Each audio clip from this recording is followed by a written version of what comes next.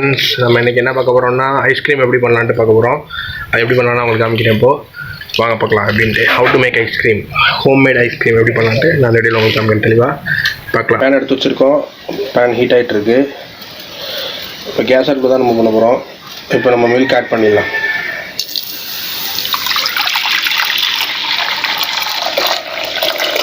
நம்ம வந்து 1 litre milk add பண்ணியிருக்கோம். அப்போ தான் நமக்கு நிறைய ஐஸ்கிரீம் கிடைக்கும்.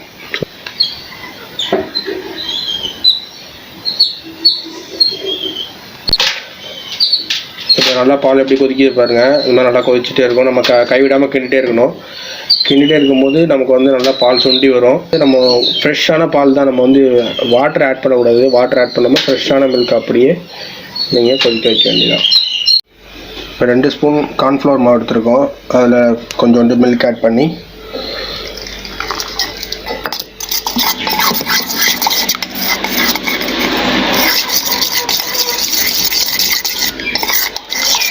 பால் நம்ம வந்து கொதிக்க வச்சுட்ருக்கோம். நல்லா சொல்லி வந்துட்டுருக்கு. இப்போ நம்ம இந்த ரெடி பண்ண அந்த கார்ன்ஃப்ளவர் மிக்ஸை நம்ம மில்கில் ஆட் பண்ணிடலாம்.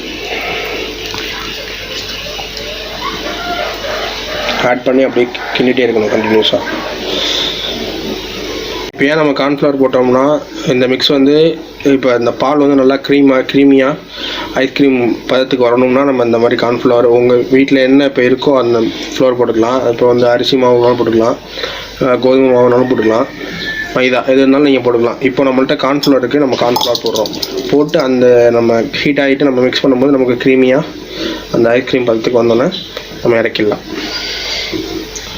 இப்போ அது நம்ம போட்டதுன்னே நமக்கு நல்லா அது வந்து கட்டியாக ஆகும். அதனால் கண்டினியூஸாக கைவிடாமல் இந்த மாதிரி கிண்டிகிட்டே இருக்கணும். ஒரு 15 மினிட்ஸ் கிண்டணும் நீங்கள். இப்போ வந்து நாம் வந்து சுகர் ஆட் பண்ண போகிறோம். ஏன்னா இப்போ நல்லா சுண்டி எவ்வளோ நம்ம 1 லிட்டர் ஊற்றினோம். இப்போ பாருங்கள் எப்படி ஆஃப் சட்டி வந்துடுச்சு பாருங்கள். நல்லா சுண்டி இந்த பதத்துக்கு வந்தோன்னா நம்ம ½ டம்ளர், அதாவது ½ டம்ளர்னால் ஒரு டீ குடிக்கிற கிளாஸ், அந்த கிளாஸில் நம்ம ½ டம்ளர் எடுத்துருக்கோம் சுகரு. அது நம்ம தேவையான அளவு உங்களுக்கு எவ்வளோ இனிப்பு வேணுமோ அந்த அளவுக்கு நீங்கள் எடுத்துக்கலாம். ஆட் பண்ணிட்டோம். ஆட் பண்ணிட்டு நம்ம இந்த மாதிரி மிக்ஸ் பண்ணிகிட்டே இருக்க வேண்டியதாக கண்டினியூஸாக.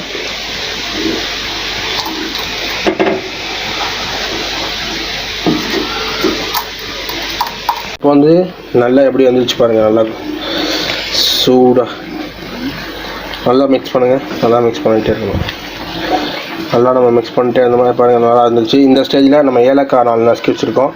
அதை நம்ம ஆட் பண்ணிடலாம். ஏன்னா இது வந்து ஃப்ளேவருக்காக ஆட் பண்ணுறோம். வெனிலா ஐஸ்கிரீம் நம்ம பண்ணுறோம். அந்த எசன்ஸோட வாடை எனக்கு பிடிக்காது. அதனால ஏலக்காய் ஆட் பண்ணிக்கிறேன். இது நீங்கள் ஏலக்காய் ஆட் பண்ணிக்கலாம். ஸ்மெல்லு ஃப்ளேவர் சூப்பராக இருக்கும்.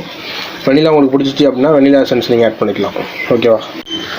இப்போ நல்லா சூப்பராக வந்துருச்சு பாருங்கள். இந்த பதத்தில் நம்ம இறக்கிடலாம். இப்போ அதை நம்ம இறக்கி வச்சுட்டு ஆற வைக்கணும். ஃபேனில் ஆற வச்சுட்டு அதுக்கப்புறம் நம்ம மிக்சியில் போட்டு ஒரு பிளெண்டிங் பண்ணிட்டோம்னா நமக்கு அப்போ தான் சாஃப்டான ஐஸ்கிரீம் கிடைக்கும். நல்லா இப்போ ஆறி எப்படி பால்கோவா மாதிரி இருக்குது பாருங்கள். இந்த மாதிரி இருந்துச்சுன்னா இப்போ நம்ம அதை எடுத்து நம்ம மிக்சியில் போட்டுக்கலாம். இப்போ நம்ம மிக்சியில் போட்டு இதை பிளெண்ட் பண்ணிக்கலாம். மிக்சி ஜாரில் போட்டுடலாம்.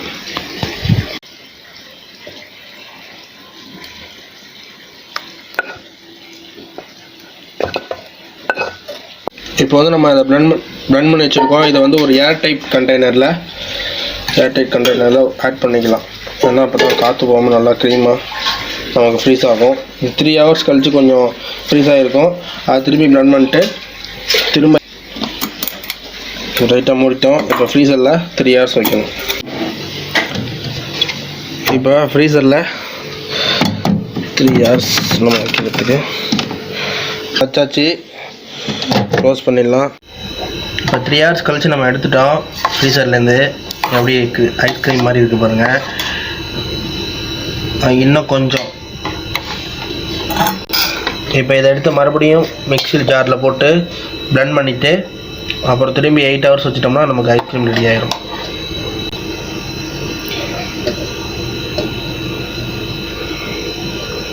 மிக்ஸி ஜாரில் ஆட் பண்ணுறோம். மறுபடியும் பிளெண்ட் பண்ணிவிட்டு எடுத்துகிட்டு வந்துட்டோம் செகண்ட் டைம். இப்போ அதே கண்டெய்னரில் ஊற்றிட்டு அதை ஒரு 8 ஹவர்ஸ் வச்சிடலாம். நம்ம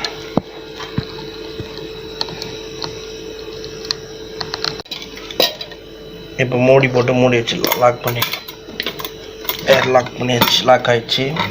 மறுபடியும் ஃப்ரீசரில் வச்சிடலாம். 8 hours 8 hours இருக்கும் அது ஃப்ரீசரில். ஃப்ரீசர் லாக் பண்ணிடலாம். இப்போ 8 hours ஆச்சு. நம்ம மார்னிங் இப்போ எடுக்கிறோம். எப்படி இருக்குன்னு பார்க்கலாம். 8 hours கழிச்சு ஐஸ்கிரீம் இது எப்படி நல்லா கட்டியாக இருக்குது. இப்போ எப்படி இருக்குன்னு நம்ம பார்க்கலாம். 8 hours கழிச்சு பாருங்கள் எப்படி ஐஸ்கிரீம் மாதிரி வந்துடுச்சு. இப்போ நான் அதை எடுத்து காமிக்கிறேன். எப்படி ஐஸ்கிரீம் நம்ம வீட்டில் செஞ்சிட்டோம். அவ்வளோதான், க்ரீமி. இப்போ ஐஸ்கிரீம் சாப்பிட்டுருக்கேன். சூப்பராக இருக்குது, செம்ம டேஸ்ட்டு. இதே மாதிரி ட்ரை பண்ணி ஐஸ்கிரீம் உங்கள் வீட்டில் உள்ள எல்லாருக்குமே செஞ்சு கொடுங்க. கண்டிப்பாக எல்லாருக்கும் பிடிக்கும். இந்த வீடியோ பிடிச்சி மறக்காமல் சப்ஸ்கிரைப் பண்ணுங்கள், லைக் பண்ணுங்கள், கமெண்ட் பண்ணுங்கள். ஓகேவா? இந்த வீடியோ பார்த்ததுக்கு தேங்க்யூ. டாடா பாய்.